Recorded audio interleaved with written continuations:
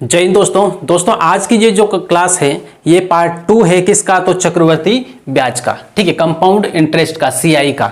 तो दोस्तों यहाँ पर आपको ये पता होगा कि इससे पहले पार्ट 1 अपलोड हो चुका है और उसमें जितना भी बेसिक फंडामेंटल चीजें थी, जो बेसिक पूरा समझाना था, उसमें पूरा हमने कंप्लीट किया था, ठीक है। लेकिन यहाँ पर इस वीडियो में, इस क्लास में आपको कुछ ऐसी यूनिक चीज मिलने वाली है। एक ऐसी मेथड यहां पर आपको बताऊंगा जो आपको ना तो किसी बुक में मिलेगी, ना ही पूरे यूट्यूब पर जितने भी वीडियो है उसको छान मारो तो भी मिलेगी, ठीक है। तो यहां पर वो क्या चीज होगी या फिर कौन सी मेथड होगी, क्योंकि ये मेथड जो है ये मैंने खुद ने क्रिएट की है, इसलिए यहां पर ये आपको दूसरी जगह नहीं मिलेगी, ठीक है। और बाकी जितने भी ट्रिक्स है, जितना भी कॉन्सेप्ट है, उन सभी को देख लेना और ये जो मैं बताने वाला हूं इसको उससे कंपैरिजन कर लेना।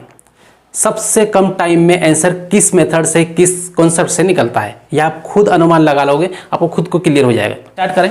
सबसे पहला वाला प्रश्न देखें, और ये वाला प्रश्न आप बहुत आसानी से बहुत कम टाइम में कर सकते हैं, ठीक है। जो तरीका मैंने बताया था, पिछला वाला वीडियो आपने यदि देखा है तो यहां पर आप केवल इसको देख के इसका आंसर बता सकते हैं, आपको पेन पकड़ने की जरूरत नहीं है, ठीक है। अब देख के कैसे बता सकते हैं, तो यहां पर यदि इसका आंसर की हम बात करें, पहला वाला क्या बोला है इसमें, ये पढ़ लें पहले। तो यहां पर ये बोला गया है कि 2000 रुपए की राशि है आपके पास, कितनी है, 2000 रुपए की राशि है, 10% वार्षिक चक्रवर्ती ब्याज की दर से 2 वर्ष का चक्रवर्ती ब्याज व मिश्रधन ज्ञात कीजिए। तो चक्रवर्ती ब्याज भी आपको निकालना है और मिश्रधन भी आपको निकालना है, दोनों निकालना है, ठीक है। अब आपको ये बताएं, यदि यही क्वेश्चन मुझे करना होता तो मैं सीधा इसका आंसर बोल लेता, ठीक है। इसका आंसर क्या होगा, तो यहां पर देख लो 2000 है, इसका 10% के हिसाब से यदि ब्याज निकालेंगे तो एक वर्ष का कितना आएगा, 200 रुपया, 2 वर्ष का कितना आएगा, 400 रुपये। लेकिन चक्रवर्ती ब्याज है तो पहला वाला जो 200 रुपया आया था उस पर भी 10% लगेगा, तो 20 रुपया और जुड़ जाएगा, ठीक है। तो कितना आएगा, टोटल 420 रुपया आएगा। कितना आएगा इसका ब्याज, 420 रुपया, ठीक है। ऐसे बोल के निकाल सकते हैं आप, यदि आप थोड़ा सा ध्यान से इस वीडियो को देखते रहें तो आप खुद भी ऐसे बोल के निकाल लेंगे, ठीक है, इस तरीके से। और बाकी बात करें मिश्रधन की, तो मिश्रधन कितना हो जाएगा, तो आपको पता है जब ब्याज को और मूलधन को जोड़ देते हैं तो मिश्रधन बन जाता है। तो ब्याज ये रखा, मूलधन ये रखा, कितना होगा, तो 2420 रुपया हो गया, क्या मिश्रधन हो गया, ठीक है। इस तरीके से यहाँ पे कर सकते हैं, लेकिन आप पहले यहाँ पे देख लो पूरी प्रोसेस, ठीक है। पूरी प्रोसेस देखने के बाद में आप खुद भी ऐसे निकालोगे, ठीक। देखो अब यहाँ पे क्या है कि पिछली वाली क्लास में मैंने बताया था एक यूनिक कॉन्सेप्ट जो केवल इसी वीडियो पर आपको मिलेगा और बाकी दूसरी जगह, दूसरे चैनल पर आपको नहीं मिलेगा, ठीक है। देखो यहां पर क्या है कि यहां पे मूलधन कितना है, 2000 है, मूलधन पी कितना है, 2000 रुपए है, ठीक है, ये है। और दर कितनी है, 10% है, और वर्ष कितना है, 2 वर्ष है। तो सब कुछ हम यहाँ पे अभी लिख लेते हैं। वैसे एग्जाम में आपको ये सब कुछ लिखने की जरूरत नहीं है, सीधे करना है, ठीक है। अब यहाँ पे दर है 10%, उसके बाद टाइम है कितना, 2 वर्ष का, ठीक है, 2 वर्ष। उसके बाद निकालना क्या है, आपको सीआई निकालना है, ठीक है, ये निकालना है, और अमाउंट भी निकालना है, मतलब मिश्रधन भी निकालना है, ठीक है। मिश्रधन को अमाउंट बोलेंगे। तो इस तरीके से यहाँ पे क्या करना है कि यहाँ पे सिंपल फंडा है कि 2 वर्ष का है ना, 2 वर्ष का है तो 1 और 2 लिख दिया, ठीक है। पिछले वाले वीडियो में आपने देखा होगा 1 और 2 नंबर लिख दिया। यदि 3 वर्ष है तो यहाँ पे 3 लिख देना है, 4 है तो 4 लिख देना है, ठीक है। लेकिन अभी 2 वर्ष है तो यहाँ पर केवल कितना लिखेंगे, 2 ही लिखेंगे, ठीक, आराम से समझते जाना है। अब यहाँ पे क्या है कि पहले वर्ष का 2000 का 10% के हिसाब से ब्याज कितना होगा, यहाँ पे जो भी आएगा क्या आएगा, वो ब्याज आएगा, क्या आएगा, ब्याज, सीआई, ठीक है। तो 2000 का 10% के हिसाब से ब्याज। अब आपको यहाँ पर फिर से एक बार बता दे रहा हूँ कि यहाँ पे 2000 है ये वाला, इसका आपको ये बोले कि इसका 10% कितना होगा या 10% ब्याज कितना होगा। तो यहाँ पे सिंपल फंडा है, मैंने बताया था, बार बार बताता हूँ उसको, कि यहाँ पे यदि एक अंक के पहले हम यहाँ पे पॉइंट लगा देते हैं तो ये 10% के बराबर हो जाता है, ठीक है, 10% के बराबर, मतलब 2000 का 10% कितना, तो 200 रुपये, कितना है, 200 रुपये, क्लियर इतना। अब यदि इसी को हम यहाँ पे ये फिर से लिख लें, पूरा कॉन्सेप्ट एक एक चीज बता रहा हूँ, ठीक। अब यहाँ पर ये 2000 है, अब इसमें 10% ना निकाल कर आपको निकालना है 2%, 3% या फिर 4%, 5% या 8%, ठीक है, इतना प्रतिशत आपको निकालना है ये सब कुछ। तो क्या करेंगे, अब इसमें कई लोग कंफ्यूज होते हैं कि यहाँ पे पूरा रख के फिर काटा पीटी करना पड़ेगा, उसके बाद निकलेगा ये, लेकिन ऐसा नहीं है, ठीक है। आप ऐसे डायरेक्ट निकाल सकते हैं मौखिक रूप पे, ठीक। अब कैसे, तो यहाँ पे समझ लो पहले। तो यहाँ पे क्या है कि पीछे से एक अंक के पहले पॉइंट लगाया तो 10% के बराबर निकला 2000 का 200 रुपया। लेकिन अब 2000 का आपको ये बोले कि 1% निकालो, 1%, तो 2000 का 1% कितना होगा? तो 1% यहाँ पे क्या करना है, यहाँ एक के पहले रखने पर कितना 10% आ रहा था, तो 2 अंक के पहले रखेंगे तो कितना आएगा? 1% के बराबर आएगा। कितना आएगा? 1% के बराबर। कैसे? तो यहाँ पर ये जो है 100%, इसमें यदि एक के पहले पॉइंट लगा लें तो यहाँ पे कितना बचेगा? 10 बचेगा, मतलब 10%, एक अंक के पहले पॉइंट 10%, तो यहाँ पे 10% इतना, ठीक है। यदि हमें यहाँ पर लगा के 2 अंक के पहले पॉइंट लगा दिया यहाँ पर, तो अब बताओ कितना बचा? तो ये पॉइंट के बाद 0 है तो 0 का कोई मतलब है नहीं, तो कितना बचा यहाँ पे? 1%, मतलब 2 अंक के पहले पॉइंट लगाने पर 1% होता है, तो 2 अंक के पहले पॉइंट लगाने पर कितना आया? 1% आया, ठीक है। अब 1% आपको मौखिक तौर पे आपने निकाल लिया, क्योंकि यहाँ पे माइंड में पॉइंट लगा सकते हो, कोई जरूरी नहीं है कि यहाँ पे लिखने के बाद ही पॉइंट लगाना है, ठीक है, ऐसा तो नहीं, ठीक है। ये अब यहाँ पे मैंने ये बोला है कि 1000 रुपये है। अब ये बताओ इसका 10% कितना होगा? आप फट से यहाँ पे बोल दोगे इसका 100 रुपया होगा। क्यों? क्योंकि यहाँ पे पॉइंट लगा तो 100 रुपया, ठीक है। अब यहाँ पे मैंने आपको ये बोला कि इसका 1% बताओ तो कितना आएगा? तो इसका 10 रुपया आएगा, क्योंकि 2 के पहले पॉइंट लगाएंगे तो 1% के बराबर आएगा। इतना क्लियर है? अब यदि 1% निकालना आपको पता है तो 5% निकालने में कोई दिक्कत नहीं है, 8% निकालने में कोई दिक्कत नहीं है। क्यों? क्योंकि यहाँ पे 20 रुपया है, 1% आपको बोला 8% निकालो, तो 8 दूना 16, 8 दूना 16 और ये 0, 160 रुपया, ठीक है। इस तरीके से यहाँ पे हर चीज को बारीक बारीक चीजें जो है ना, मल्टीप्लाई है, डिवाइड वगैरह है, ये परसेंटेज वगैरह निकालना, ये यदि ये आपके स्ट्रॉन्ग है तो आपको बिल्कुल टाइम नहीं लगेगा। क्लियर है? ठीक। तो यहाँ पे इतना सब कुछ ये समझाने के बाद में अब यहाँ पे देखो प्रश्न पे आते हैं वापिस। और अब ये बताओ कि पहले वर्ष का ब्याज कितना लगेगा? 10% के हिसाब से 2000 का, तो कितना है? 200 रुपया। लिख दो, यहाँ पे 200 लिख दो और यहाँ पर भी दूसरे वर्ष में भी 200 लिख दो। क्यों? मूलधन पर तो दोनों वर्ष में ब्याज लगेगा। इतना क्लियर है? लेकिन दूसरे वर्ष में क्या होगा कि दूसरे वर्ष में यहाँ पर जो ब्याज लगेगा, चक्रवृद्धि ब्याज है तो ब्याज के ऊपर ब्याज लगता है। चक्रवृद्धि ब्याज में, साधारण ब्याज में क्या है? नॉर्मल ब्याज लगते हैं। अब साधारण ब्याज यदि होता तो यहाँ पे 400 रुपये होता केवल, ये 400 रुपये हो गया। ये क्या है? ब्याज है 2 वर्ष का। लेकिन यहाँ पे है क्या? चक्रवृद्धि ब्याज निकालना है। तो चक्रवृद्धि ब्याज में क्या है कि दूसरे वर्ष में यहाँ प्लस करना है, और प्लस किसको करना है? तो जो पहले वर्ष का ब्याज है उसके ऊपर भी 10% आपको ब्याज लगेगा, ठीक है, इसके ऊपर। तो यहाँ पर ये पॉइंट लगाया कितना है? 20 आया, ठीक है। इसका मतलब ये कि ये 400 साधारण ब्याज है और 20 रुपये एक्स्ट्रा आ गया, मतलब यहाँ पे ये यदि इसको इसमें जोड़ दें तो क्या होगा? चक्रवृद्धि ब्याज बन जाएगा। तो ये 420 हुआ, ये क्या है? चक्रवृद्धि ब्याज। मतलब क्या है? ये CI बन गया, ठीक है। क्या बना? CI। तो कर सकते हैं, ऐसे आराम से कर सकते हैं, ठीक। तो इस तरीके से यहाँ पे ये वाला प्रश्न यहाँ पे कंप्लीट हुआ। अब कई स्टूडेंट ऐसे हैं जो रेशो से करते हैं, ठीक है, रेशो का इस्तेमाल करते हैं, लेकिन रेशो का इस्तेमाल हर प्रश्न में आपको नहीं कर पाओगे। और ये वाला जो कॉन्सेप्ट है ये आप हर प्रश्न में इस्तेमाल कर सकते हैं। और सबसे रेशो से भी आसान ये टॉपिक, ये वाला प्रश्न है, ये मतलब एक प्रकार से ये टाइप है, ठीक है, कॉन्सेप्ट है। क्लियर है? तो अब देखो ये पहला वाला हुआ। इसके बाद में फिर देखें दूसरे वाले को। दूसरे वाले को यहाँ पर देखें, और दूसरे वाले में आपको ये भी बताऊंगा कि यहाँ पे इसको यदि हम रेशो से करें तो कितना टाइम लगेगा, और यदि इस कॉन्सेप्ट से करें तो कितना टाइम लगेगा, ठीक है। यहाँ समझाने के लिए मेरे को इतना टाइम लेना पड़ेगा, क्योंकि बारीक बारीक चीजें हैं, बहुत सारों को पता नहीं होती, ठीक। देखो अब यहाँ पर क्या है, यहाँ पर हम ये सब कुछ लिखेंगे नहीं, सीधे निकालेंगे। क्या यहाँ पर क्या बोला है कि मिश्रधन याद करना है। अब मिश्रधन याद करने के लिए आपको पहले ब्याज निकालना पड़ेगा, ठीक है। पहले क्या निकालना पड़ेगा? ब्याज। ब्याज निकाल के मूलधन में जोड़ देंगे तो हो जाएगा मिश्रधन। अब यहाँ पर क्या है, ब्याज निकालने के लिए मतलब CI निकालने के लिए क्या करें, यहाँ पर पहले वर्ष, दूसरे वर्ष और तीसरे वर्ष, 3 वर्ष है, ठीक है। तो 3 वर्ष है, तो यहाँ पर 10% के हिसाब से 12,000 का ब्याज एक वर्ष का कितना होगा बताओ। तो आप ये बोलोगे एक के पहले पॉइंट लगा दो, हो जाएगा 10%, मतलब 1200 रुपये। तो 1200 रुपये यहाँ, ठीक है, 1200 यहाँ और यहाँ पे 1200, ठीक है। अब यहाँ पर देखो कि इधर दूसरे वाले वर्ष में ये वाला जो ब्याज है पहले वर्ष का, इस पर भी ब्याज लगेगा कितना? 10%। तो यहाँ पे एक के पहले पॉइंट लगाएंगे तो कितना आएगा? 120 आएगा। तो इसका 10% 1200 का 120 आएगा। अभी निकालना बताया पूरा।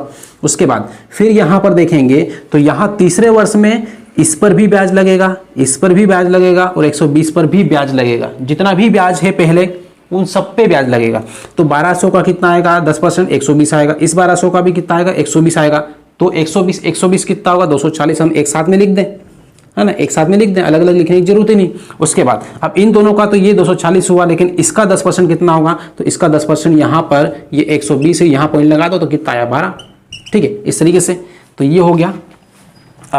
अब यहाँ पे क्या करो, इसको जोड़ लो, है ना, जोड़ लो, कितना होगा, तो ये 12 12 कितना 3 बार है, ठीक है, तो 12 3 36 होगा, 36 ये। उसके बाद में 12 2 24 12 36, ये भी 36 होगा, 36 360, ठीक है, और यहाँ पे ये 1200, तो 2 और ये 7, उसके बाद में इधर ये वाला 6 और 3 कितना होगा 9 और ये 3। तो इस तरीके से यहाँ पे इसका जो ब्याज आया वो कितना आया, इतना आया 3972, कितना आया 3972। तो इस तरीके से यहाँ पे इसका ब्याज मिला। अब इस ब्याज को इसमें जोड़ दो तो क्या आ जाएगा, इसका मिश्रधन निकल आएगा। अब यहाँ पे 12,000 है, ठीक है, 12,000 में 3,000 जोड़ दो कितना आएगा 15,972, ठीक है, तो मिश्रधन आपका कितना आया, मिश्रधन आया 15,972 रुपए, ठीक है।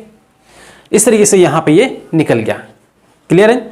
लेकिन इसको यदि हम रेशो से करना चाहें तो टाइम थोड़ा सा इससे ज़्यादा लग जाएगा, ये वाले जो मेथड है इससे थोड़ा ज़्यादा लग जाएगा। यहाँ पर अभी भी आपको थोड़ा सा टाइम लगता होगा, आपको ऐसा लग रहा होगा कि हाँ इसमें भी टाइम लग रहा है, लेकिन एक बार प्रैक्टिस किया, 2 बार प्रैक्टिस करने के बाद में ये चीज़ें भी लिखने की जरूरत आपको नहीं पड़ेगी, ठीक है, ये ध्यान रखें, क्लियर है। तो ये यहाँ पर क्लियर हुआ। उसके बाद में फिर हम बढ़ते हैं आगे और अगले प्रश्न की ओर, ठीक है। अब अगले प्रश्न को ध्यान से देखना है, समझना है उसको किस तरीके से हम हल करेंगे, राइट। तो इसको सबसे पहले यदि स्क्रीनशॉट लेना चाहो तो ले लो एक बार। चलिए अब यहाँ पर देखें, और अब यहाँ पर जो प्रश्न आपके सामने लिखे हुए हैं ये प्रश्न थोड़ा सा चेंज किया है, ठीक है, पहले वाला जो टाइप था उसे चेंज किया थोड़ा सा। और यहाँ पर क्या करना है, यहाँ पर क्या है कि 800 रुपए की राशि का 10% की दर से 1 वर्ष का चक्रवर्ती ब्याज, क्या है, चक्रवर्ती ब्याज एवं साधारण ब्याज में अंतर ज्ञात कीजिए। मतलब चक्रवर्ती ब्याज भी निकालना है और साधारण ब्याज भी निकालना है, ठीक है। तो है कुछ भी नहीं, वही चक्रवर्ती ब्याज निकालेंगे तो उसी में साधारण ब्याज रहेगा, ठीक है, अलग से कुछ निकालने की कोई जरूरत नहीं है। देखो यहाँ पर क्या है कि 800 रुपए हैं, कितने वर्ष के लिए है, तो 1 ही वर्ष के लिए है, तो 1 ही वर्ष। तो फिर यहाँ पर आप ध्यान रखें कि किसी भी कोई भी राशि हो, ठीक है, दुनिया की कोई भी राशि हो जिसमें ये बोले कि आपको इतने रुपए का साधारण ब्याज, 1 वर्ष का साधारण ब्याज और चक्रवर्ती ब्याज में अंतर बताएं, तो 1 वर्ष का जो साधारण ब्याज होता है और चक्रवर्ती ब्याज होता है, मतलब 1 वर्ष का कंपाउंड इंटरेस्ट जिसको हम CI बोलते हैं और 1 वर्ष का SI मतलब सिंपल इंटरेस्ट जिसे साधारण ब्याज बोलते हैं, ये दोनों एक ही होता है, दोनों बराबर ही होता है। मान लो से कि यहाँ पर 800 रुपए हैं। अब इस 800 रुपए का 10% कितना होगा, तो 800 रुपए का 10% होगा कितना, यहाँ पे 1 पॉइंट लगा लो तो 80 रुपया होगा, कितना होगा 80 रुपए, 80 रुपये होगा।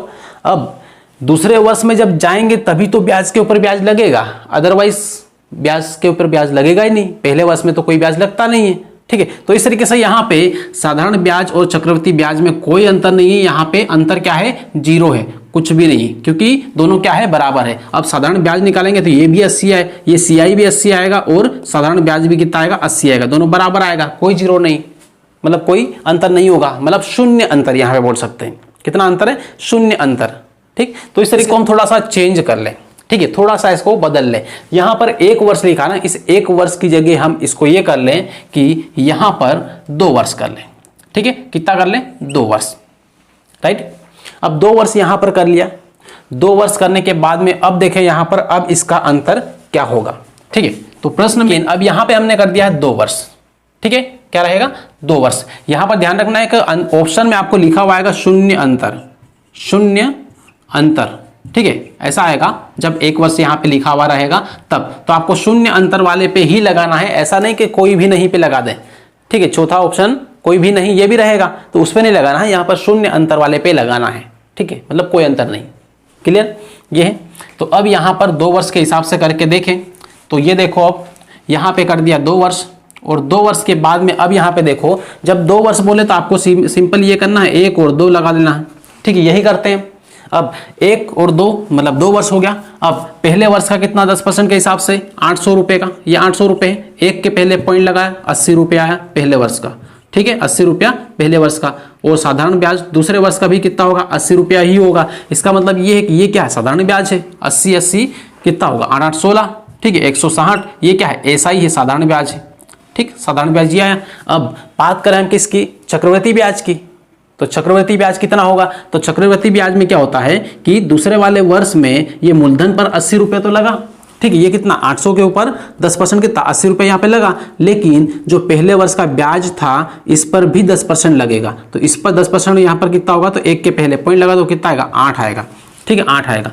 तो यहाँ पर कितना हो जाएगा, यहाँ पर हो जाएगा, यहाँ पे 160 था तो यहाँ पे 168 हो जाएगा, टोटल 168 हो जाएगा, सबको इनको जोड़ देंगे तो, ठीक। तो इस तरीके से यहाँ पर इसमें और इसमें अंतर कितना है, तो साधारण ब्याज ये है, क्या है साधारण ब्याज है, और CI क्या है कंपाउंड इंटरेस्ट जिसको हम चक्रवृद्धि ब्याज बोलते हैं, तो ये है 168 है, ठीक है, दोनों में अंतर कितना है, केवल 8 का ही है, ठीक है, इस तरीके से ये है। अब यहाँ पर ध्यान रखना कि यहाँ पे जो नंबर आएगा वही उसका अंतर होगा, ठीक है भाई, ये वाला तो हमेशा साधारण ब्याज ही रहता है, ये वाला ये जो लाइन रहती है यहाँ पर कितने भी वर्ष बोले साधारण ब्याज ही रहेगा, बस यहाँ पे जो रहेगा वो केवल अंतर रहेगा, साधारण ब्याज और चक्रवृद्धि ब्याज में इतना अंतर है, ठीक। तो इस तरीके से ये हुआ। अब इसके बाद फिर देखें, अब फिर यहाँ पर देख लें, और थोड़ा सा और आपको इस टाइप का प्रश्न एक और दूसरा करवा देता हूँ, ये वाला, ठीक। इसमें ये देखें कि 20,000 रुपये की राशि 10% की दर से 4 वर्ष के लिए उधार दी जाती है, तो चक्रवृद्धि ब्याज और सरल ब्याज में अंतर याद करें। तो चक्रवृद्धि ब्याज और सरल ब्याज में अंतर कितना होगा, देखो इसको निकालो, वीडियो को रोक लें एक बार, आप खुद निकालें, उसके बाद फिर यहाँ पर देख लें आपका आंसर आने के बाद में आपका आंसर सही आया या फिर गलत आया वो आपको मिलान करना है, क्लियर है। देखो यहाँ पर क्या है, कितने वर्ष बोला, 4 वर्ष बोला, ठीक है, तो हम यहाँ पर क्या कर लें 1 2 3 और ये 4, 4 वर्ष कर लिया। अब पहले वर्ष का 10% के हिसाब से कितना आएगा 20,000 का, तो आपको पता है कि पीछे से केवल एक अंक के पहले पॉइंट लगाना है, तो ये 10% के बराबर निकल आया, ठीक है, कितना आया 2,000। इसका मतलब ये है कि 2,000 यहाँ पर लगेगा, फिर 2,000 यहाँ पर भी लगेगा, फिर 2,000 यहाँ पर भी लगेगा और 2,000 यहाँ पर भी लगेगा, ठीक। तो इस तरीके से 4 वर्ष का जो हमने ये लिखा है, हर साल 2,000 रुपये लग रहा है, तो हर साल एक जैसी राशि कब लगती है, साधारण ब्याज में लगती है। इसका मतलब ये है कि आपने जो लिख दिया यहाँ पर ये साधारण ब्याज हो गया, ठीक है। अब इसके बाद जो करेंगे वो जब जुड़ता जाएगा तो चक्रवृद्धि ब्याज निकलेगा। देखो तो साधारण ब्याज आपके सामने कितना आ गया, यहाँ पे SI साधारण ब्याज, ये यहाँ पर आपको मिला कितना 8,000, कितना है 8,000 ये मिला, ठीक है। लेकिन अब यहाँ पर चक्रवृद्धि ब्याज निकालना है तो क्या करना है, यहाँ पे प्लस लगा दो। अब इसमें पहले वर्ष का 10%, क्योंकि हर रेट कितना है 10% का ही है, दर कितनी 10% है, तो सभी पे 10% लगेगा। तो पहले वर्ष का ब्याज कितना 2,000, इसका भी 10% लगेगा, कितना आएगा, तो यहाँ पे पॉइंट लगाओ तो 200 आएगा, तो यहाँ पे 200 जोड़ो, ठीक है। और दूसरे वर्ष में तीसरे वर्ष की बात करें तो तीसरे वर्ष में इस पे भी ब्याज लगेगा, इस पर भी ब्याज लगेगा, इस पे भी ब्याज लगेगा, ऊपर जितना भी ब्याज लिखा हुआ है इन सभी पे ब्याज ये लगेगा और यहाँ पे लिखना पड़ेगा। तो इसका 2,000 का 10% कितना 200 रुपया, और इसका भी कितना 200 रुपया, तो 200 यहाँ पर कितना हो जाएगा 400 हो जाएगा, कितना हो जाएगा 400, इसका 200 इसका 200, यहाँ पे 400 लिख दिया। उसके बाद फिर यहाँ पर देख लें तो इसका 10% कितना होगा 20 रुपया होगा, ठीक है। यहाँ पे ये इसका 10% निकालना है तो एक के पहले पॉइंट, तो 20 रुपया होगा, तो 20 यहाँ पे लगा दिया, ठीक, ये हो गया। अब इसके बाद फिर देखें चौथे वर्ष में आ जाए। अब चौथे वर्ष में क्या होगा कि ऊपर जितना भी ब्याज है उस पर भी ब्याज लगेगा, ठीक, ऊपर जो भी ब्याज है उस पर ब्याज लगेगा। तो यहाँ पर क्या करना है, इसका भी 200 लगेगा, 10% के हिसाब से 200 200 200, तो यहाँ पे कितना हो जाएगा, ये 600 हो जाएगा, तो 600 डायरेक्ट लिख दो ये। अब इसके बाद यहाँ पर इसका ये 400 है और ये 200, 200 का 10% कितना 20 रुपया, तो यहाँ पर 20 प्लस 400 का 10% कितना 40 रुपया, तो यहाँ पर 40 और प्लस इसका 10% कितना 2 रुपया। तो इस तरीके से यहाँ पे ये निकल आया। अब इनको सबको जोड़ दो तो आपका क्या आएगा CI मिल जाएगा, कंपाउंड इंटरेस्ट मिल जाएगा, ठीक है। अब इसको अपन यदि रेशो से भी करते हैं ना तो भी उसमें काफ़ी टाइम लगता है, इससे तो थोड़ा सा ज़्यादा ही टाइम लगता है, ठीक है। इसमें सिंपल देख देख केवल लिखना ही लिखना है और बाकी कुछ नहीं करना है, ठीक। तो यहाँ पर ये कितना हुआ 8,000 रुपये, ठीक है, कितना है 8,000 रुपये। उसके बाद ये 600 है और ये 400 कितना 1,000 रुपये ये हुआ, ठीक है, 1,000 रुपये ये हुआ, प्लस 200 और यहाँ पे 40, ये 40 कितना होगा 80 और ये 82, तो 282 ये हुआ 282, ठीक है। टोटल कितना हुआ 8,000 और एक ये 9,000 हुआ 9,282, तो 9,282 9,282 ये आया। तो अब यहाँ पे देख लो ये एसआई है और ये सीआई है। सीआई और एसआई में कितना अंतर है, मतलब सीआई में से एसआई को घटा लो तो कितना आएगा, तो यहाँ पे ये है 9282 है और इधर एसआई कितना है, तो एसआई है 8000 रुपये। कितना है 8000। अंतर कितना है, तो 1282 का, मतलब 1282 का। ठीक है, तो इस तरीके से यहाँ पे ये है अंतर। और अब यहाँ पे यदि शॉर्टकट में आपको अंतर निकालना है तो सीधे भी निकाल सकते हैं, जरूरी नहीं कि ये सब कुछ करना है। ठीक है, कैसे, तो यहाँ पर जो लिखा ना ये वाला, यही क्या है, एसआई और सीआई में अंतर है। यही क्या है, एसआई और सीआई में अंतर है। अब देखो जोड़ लो इसको, ये 600 है 400 कितना हुआ, यहाँ पे 1000 हुआ। अब 1000 उसके बाद में ये 200 तो 1200 और ये टोटल कितना हुआ था 82 तो 1282, तो यहाँ पे 1282। मतलब ये सब कुछ करने की जरूरत नहीं है, आपको समझाने के लिए यहाँ पर ये बता रहा हूँ केवल कि ये सब इस तरीके से ये निकलेगा। क्लियर है। अब यहाँ पे जब भी अगली बार आप निकालें तो सिंपल यहाँ पे अंतर इसको डायरेक्ट बता देना है, अंतर सीधे बता देना है कि अंतर कितना है। ठीक है, एग्जाम्पल के लिए आपको एक क्वेश्चन यहाँ पे बता दे रहा हूँ।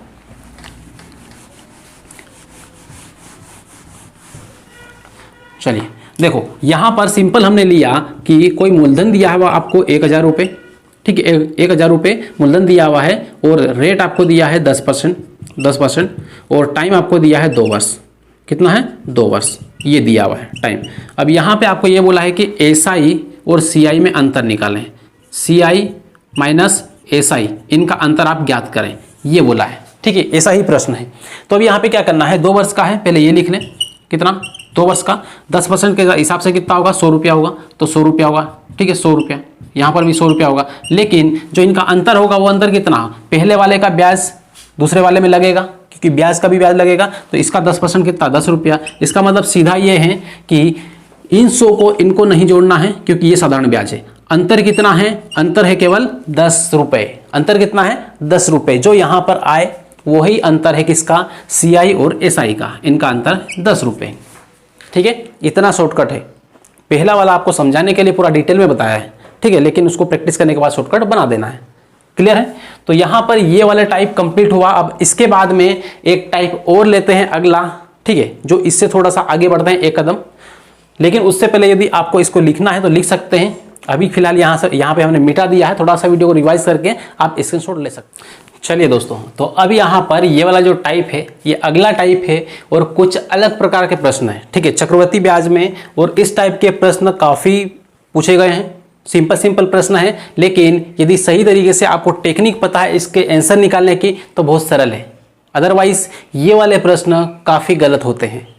ठीक है, अधिकतर लोग इसको गलत करते हैं। तो देखो यहाँ पे, अब यहाँ पर क्या है, ये अगला टाइप है, लेकिन ये टाइप किस प्रकार का है, क्या बोला है इसमें, ये देखें। तो कोई राशि 3 वर्ष में 4 गुनी हो जाती है तो बताओ 6 वर्ष में कितनी गुनी होगी। ठीक है, कोई भी धन है वो 3 वर्ष में कितना 4 गुना होता है, तो 6 वर्ष में कितना गुना होगा ये आपको बताना है। ठीक है, अब साधारण ब्याज यदि होता तो आसानी से निकाल सकते थे, लेकिन चक्रवृद्धि ब्याज है। ठीक है, तो यहाँ पर क्या करना है, यहाँ पर ऐसा करना है कि यहाँ पे एक तरफ लिखना है, यहाँ पे क्या, वर्ष। यहाँ पर क्या लिखना है, वर्ष। ये वर्ष लिखा और इधर की साइड यहाँ पे लिखना है जितना भी गुना है वो, तो गुना ये है, तो वर्ष लिखा यहाँ पर और इधर गुना लिखा। अब इसके बाद 3 वर्ष है तो यहाँ पे 3 लिखो और 4 गुनी हुई तो यहाँ पे कितना लिखो, 4 लिखो।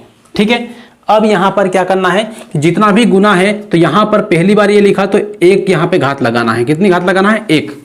ठीक, अब यहाँ पर क्या करना है, जो भी संख्या यहाँ पर लिखा है उसका पहाड़ा बोलते जाना है, पहाड़े। ठीक है, उसके पहाड़े को आगे बढ़ाते जाना है।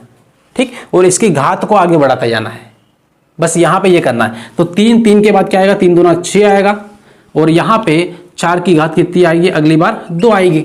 1 है तो अब 2 आएगी। ठीक है, तो अब ये देखो कि इसने क्या बोला है कि 6 वर्ष में कितनी गुनी, तो 6 वर्ष यहाँ पर आ गया, ये 6 वर्ष हो गया। ठीक, 6 वर्ष में कितनी गुनी, तो ये 4 की घात 2 गुनी, मतलब यहाँ पे 4 गुनी 4 कितना होगा, 16 गुनी, 16 गुनी होगी।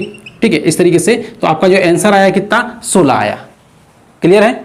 अब यहाँ पर देखें अगला वाला प्रश्न, और ये वाला केवल कितना, 6 गुना 6 वर्ष का पूछा है ना। अब अगला वाला प्रश्न क्या पूछा ये देख लो, करना वैसे ही है। ठीक है, एक तरफ इधर की साइड पहाड़ा बोलना है, इधर की साइड घात बढ़ाते जाना है, यही करना है। ठीक, अब यहाँ पे बोला है कि कोई धन चक्रवृद्धि ब्याज की दर से कोई धन चक्रवृद्धि ब्याज की दर से 3 वर्ष में 3 गुना, 3 वर्ष में कितना 3 गुना। तो सबसे पहले यहाँ पे क्या लिख लें, वर्ष लिख लें, वर्ष, और इधर लिख लें गुना, इधर क्या लिख लें गुना।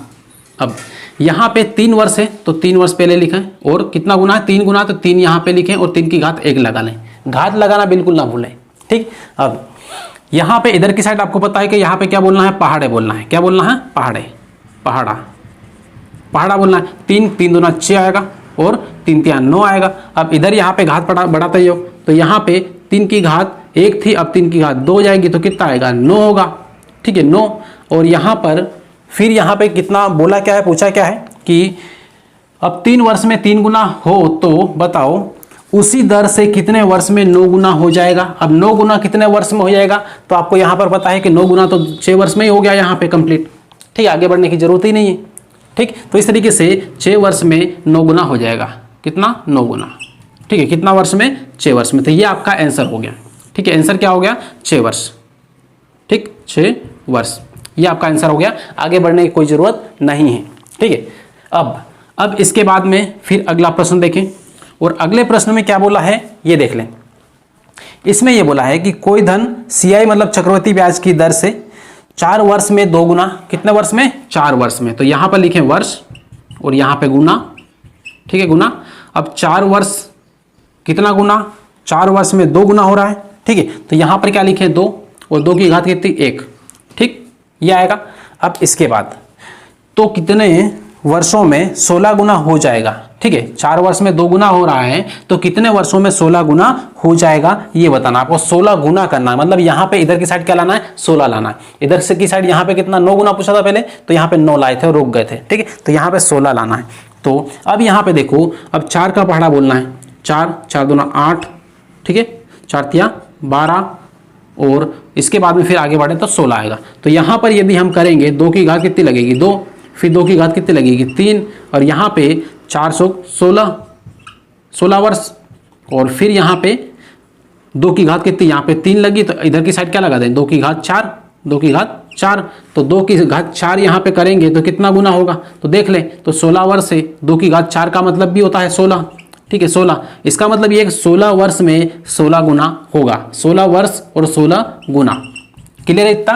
तो इस तरीके से यहाँ पे करना है। अब 12, यहाँ पे 12 वर्ष की बात करें तो कितना गुना होगा, तो 12 वर्ष में यहाँ पे 2 की घात 3 का मतलब होता है 8, ठीक है, तो 12 वर्ष में कितना 8 गुना, 12 वर्ष में कितना 8 गुना, ठीक। तो इस तरीके से यहाँ पे प्रश्न आएंगे और इनको एकदम मौखिक तौर पे ही निकाल सकते हैं, बस ये एक थोड़ा सा प्रैक्टिस इसकी करनी पड़ेगी, ठीक है। तो दोस्तों यहाँ पर ये वाली जो क्लास है बस यहाँ तक ही एंड करेंगे, और उसके बाद में जो आगे वाली जो क्लास होगी, अगली क्लास रहेगी, उसमें थोड़े से हाई लेवल के प्रश्न रहेंगे, वो सारे के सारे जो SSC MTS में, SSC CGL में, इनमें जितने भी प्रश्न पूछे गए हैं, जो पटवारी में पूछे गए हैं, वो प्रश्न यहाँ पर लेंगे और उनको हल करेंगे, ताकि आने वाली जो एग्जाम है उसके लिए सही तरीके से मैथ्स तैयार हो सके, ठीक है। तो मिलते हैं फिर अगली क्लास में, तब तक के लिए बेस्ट ऑफ लक।